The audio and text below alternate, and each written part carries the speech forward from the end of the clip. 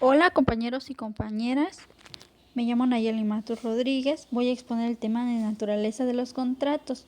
Como ven, en la segunda diapositiva hablaré de las obligaciones de los contratos, donde abarcaré la definición, los elementos que deben haber para que haya obligaciones, los requisitos, los tipos, así como las formas de transmisión y la extinción de las obligaciones.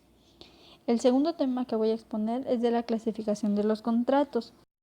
Entrando al tema de las obligaciones, uno de los conceptos es que es una relación jurídica por virtud de la cual un sujeto llamado acreedor está facultado para exigirle a otro llamado deudor una prestación o una abstención.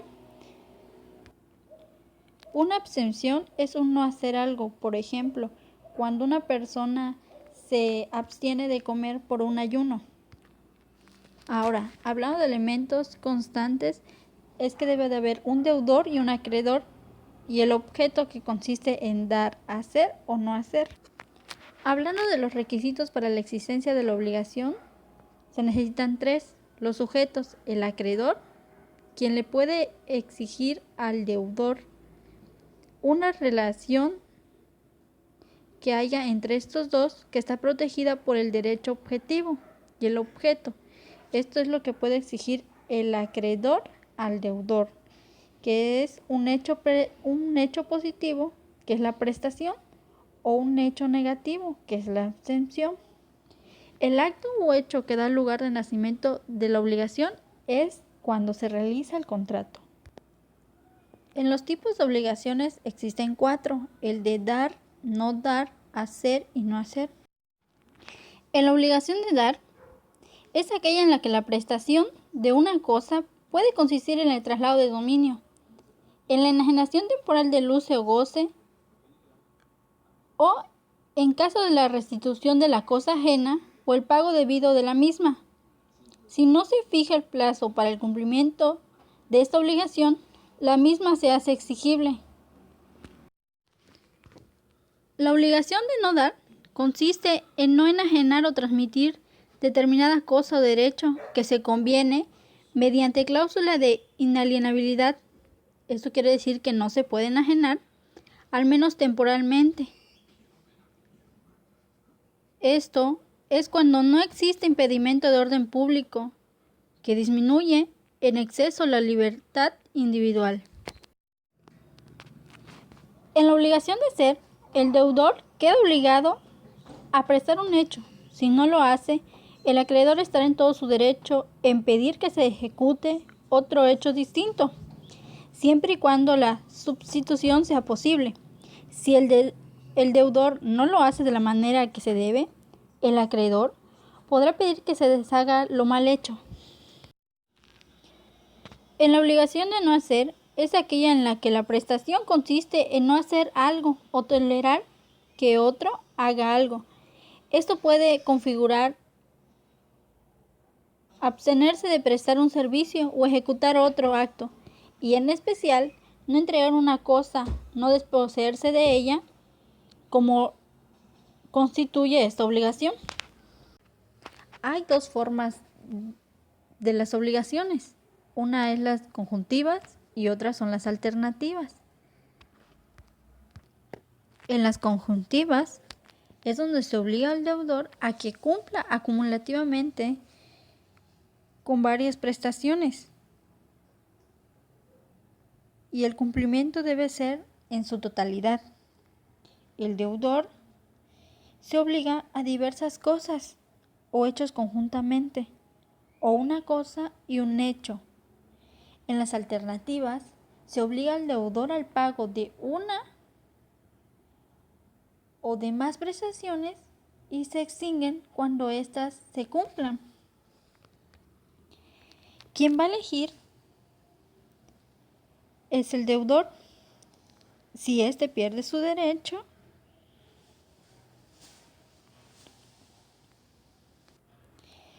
se perderá el derecho de elegir cuando solo una fuese realizable.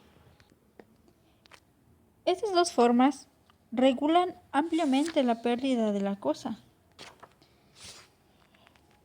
En la diapositiva 7 En la transmisión de las obligaciones, el Código Civil solo reconoce 3 formas, la que es la cesión de derechos, la cesión de deuda y la subrogación. En la de cesión de derechos, cuando el acreedor transfiere a otro los que tenga contra su deudor, se sustituye al acreedor original por otro que asumirá la calidad de tal con todas sus consecuencias de las que queda al margen el acreedor anterior. El acreedor puede ceder sus derechos a un tercero sin el consentimiento del deudor, a menos que la cesión esté prohibida por la ley. En la cesión de deuda es en la cual un deudor es sustituido por otro, pero la obligación sigue siendo la misma. Para que haya esa sustitución de deudor, es necesario que el acreedor esté consciente expresamente o tácitamente. La subrogación es un acto jurídico de naturaleza transmisiva de la obligación, donde tiene que pagar a un acreedor poniéndose en el lugar del deudor. En la siguiente diapositiva hablaremos de los medios de extinción de las obligaciones. Cuando el acreedor queda satisfecho, cuando el acreedor no queda satisfecho, o cuando se ataca al acto mismo que las generó. Cuando el acreedor quede satisfecho, una de las razones es por el cumplimiento del pago. Como ya se pagó, ahí termina o ahí se extingue la obligación. En la dación de pago es cuando el deudor entrega una cosa distinta de la que se había pactado en el contrato, siempre y cuando esté consciente el acreedor de este movimiento. En la novación, que es en la sustitución de una obligación por otra, donde la que queda extinta es la que se pactó desde un inicio. En la compensación es cuando dos personas son deudoras la una de la otra, con el efecto de extinguir las dos deudas hasta el importe menor. En las de confusión, estas consisten en las circunstancias de que se reúna en una misma persona las calidades de acreedor y de deudor. En el término extinto es cuando en el futuro se contempla que se va a cumplir el contrato, y una vez que el contrato se cumpla, este se extinguirá. En la diapositiva siguiente, donde el acreedor no queda satisfecho, está la remisión de deuda, donde el que renuncia es el acreedor, ya que está renunciando a sus derechos y ya no puede exigir el cumplimiento de la obligación. En pocas palabras, es el perdón de la deuda hecho voluntariamente por el acreedor. La pérdida de la cosa es cuando la cosa se pierde en poder del deudor, pero este no es responsable. En la prescripción consiste en la circunstancia de que el acreedor no haga valer sus derechos. Esto es, exige el cumplimiento de la obligación dentro de los términos de la ley señalada, según sea el caso. En la siguiente diapositiva, donde se ataca el acto mismo que las generó, uno de ellos es la nulidad, que es el modo de atacar la validez de un acto jurídico. Se extingue cuando es declarado nulo. Por lo tanto, las obligaciones ya no tienen efecto alguno. La resolución son las formas de condición. La rescisión es que se ha dejado sin efecto el contrato, destruyendo los actos jurídicos. Una de sus características es que una vez que ya está decretada por sentencia firme, el deudor incumplido está obligado a devolver lo que ha recibido, o en el caso de que ya no sea posible la devolución, tendrá que pagar la indemnización por daños y perjuicios. En la revocación, que es la privación de algunos actos jurídicos deteniendo las obligaciones, pero estas aún tienen validez, aún están vivas. Hablando de la clasificación de los contratos, como vemos en la diapositiva, se encuentran muchos conceptos. Estos están agrupados porque se relacionan. Como vemos en la siguiente diapositiva, los contratos unilaterales se dan cuando una de las partes adquiere los derechos y la otra las obligaciones. El que adquiere los derechos es el acreedor y el que adquiere las obligaciones es el deudor. Cuando hay cesibilidad en el contrato, no se requiere el consentimiento del deudor para que el acreedor pueda ceder sus derechos. En los contratos bilaterales, ambas partes adquieren derechos y obligaciones. En estos, sí se requiere el consentimiento del deudor para que el acreedor ceda sus derechos. También, en ese tipo de contratos existe un riesgo de que si se tiene que dar la cosa y ésta se pierde, el deudor tiene la obligación de pagarlo o hacer cumplir la prestación. En los contratos onerosos es cuando se generan provechos y gravámenes en ambas partes. También se debe interpretar tomando en cuenta una mayor equidad y reciprocidad de intereses entre las partes. También se celebran sin tomar en cuenta cualidades especiales del contratante. En cambio, en los contratos gratuitos, solo se generan provechos para una de las partes y gravámenes para la otra. En estos imponen una mayor responsabilidad en el cumplimiento de sus obligaciones a la parte que solo recibe los gravámenes. Generalmente, estos se celebran en atención a la persona que recibe los provechos.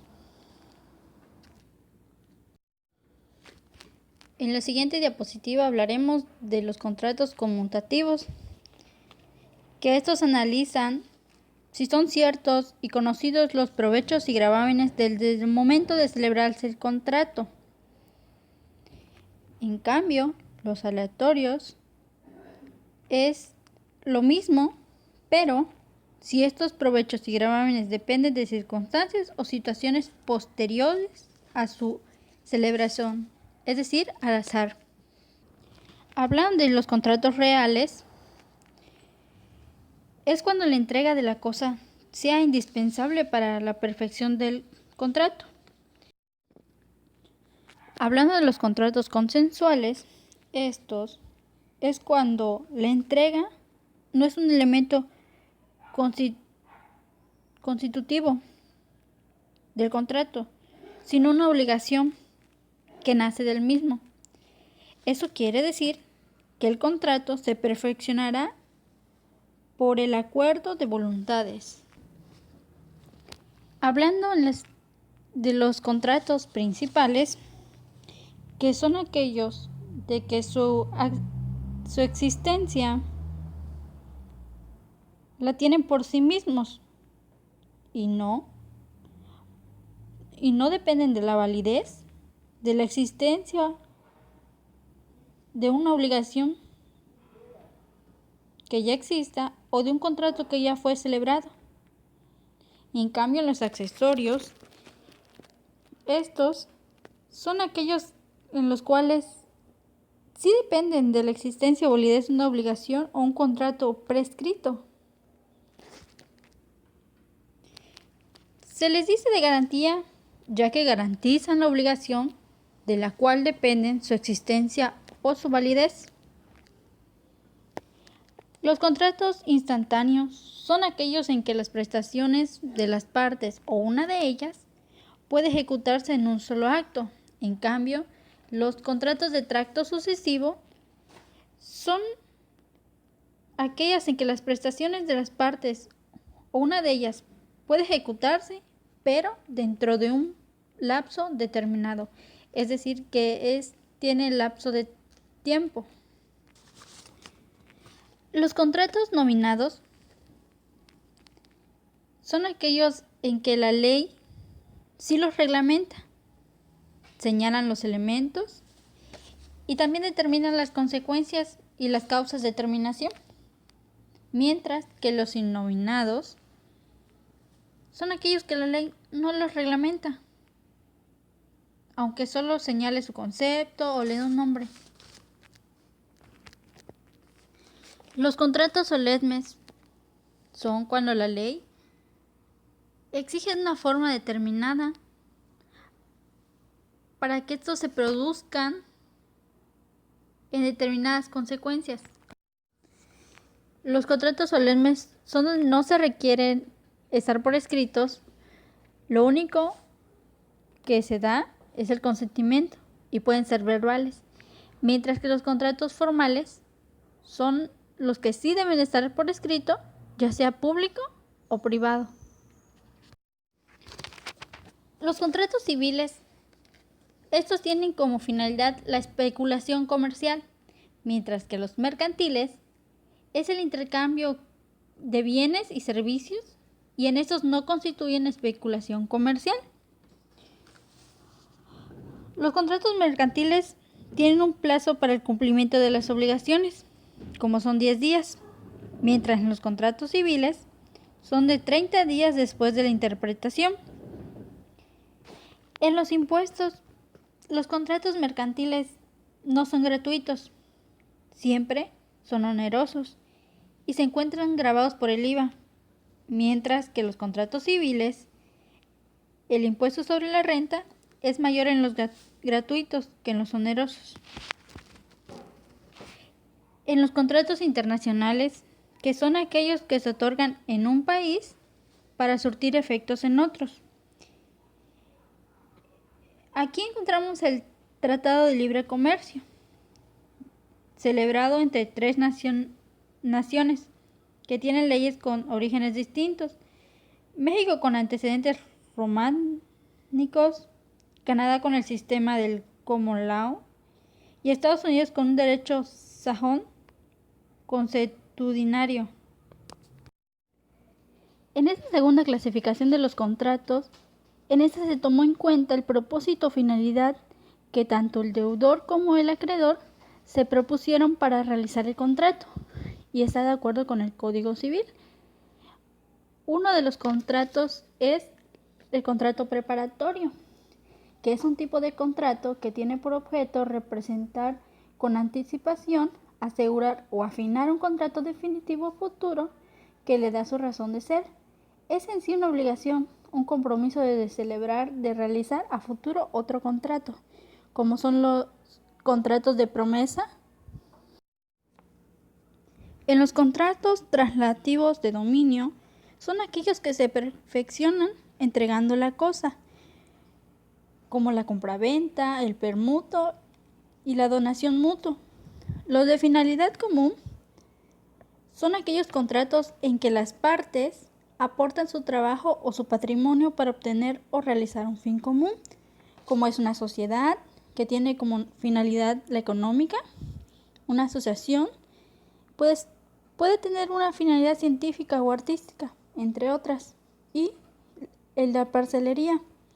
También los contratos traslativos de uso son aquellos cuya finalidad es usar y disfrutar de la cosa materia del contrato, pero sin llegar a obtener jamás su dominio.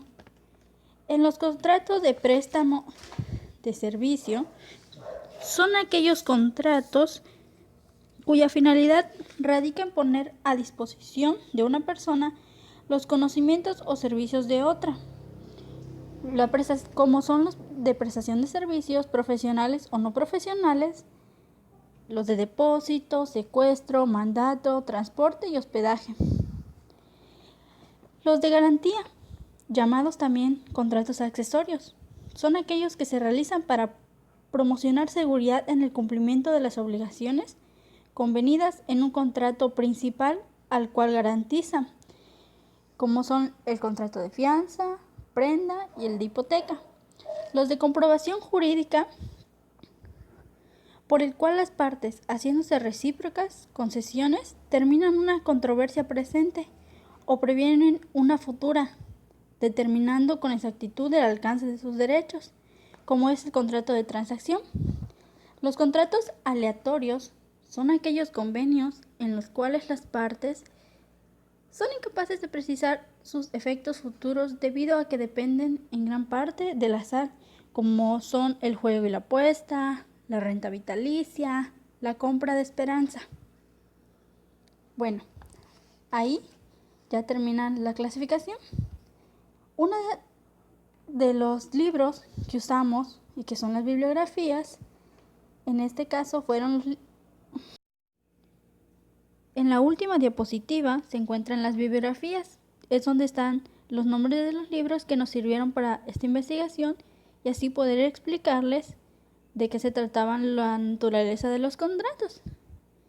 Ya finalizando, espero sus comentarios y sus dudas. Gracias por ponerme atención.